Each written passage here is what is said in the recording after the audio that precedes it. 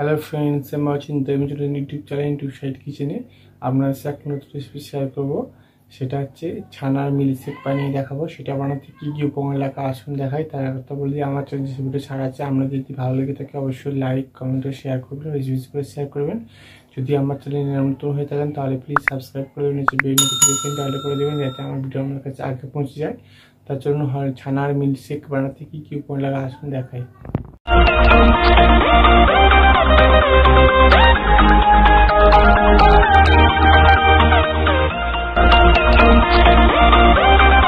ছানার মিল্কশেক রেসিপিটা বানাতে কি কি উপকরণ লাগে আসুন তাহলে দেখিয়ে দিই। তার আগে একটা বলে দিই, ভিডিওটা প্রথম থেকে শেষ অবধি দেখার অনুরোধ রইল। তার জন্য রেসিপিটা শুরু করি। এখানে আমি কিছুটা পরিমাণ ছানা নিয়ে নিয়েছি। এবার ছানাটা আমি একটা গ্লাসের মধ্যে দিয়ে দেবো।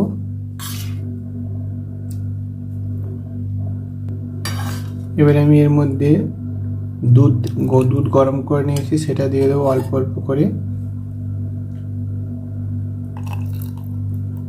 এবার আমি এর মধ্যে চিনি দিয়ে দেবো পরিমাণ মতো। এবার আমি ভালো করে গুলিয়ে নেব।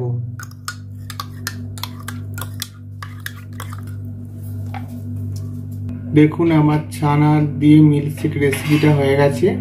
এই রেসিপি আমাদের ভালো লেগে থাকে অবশ্যই লাইক কমেন্ট ও শেয়ার করবেন, বেশি বেশি করে শেয়ার করবেন।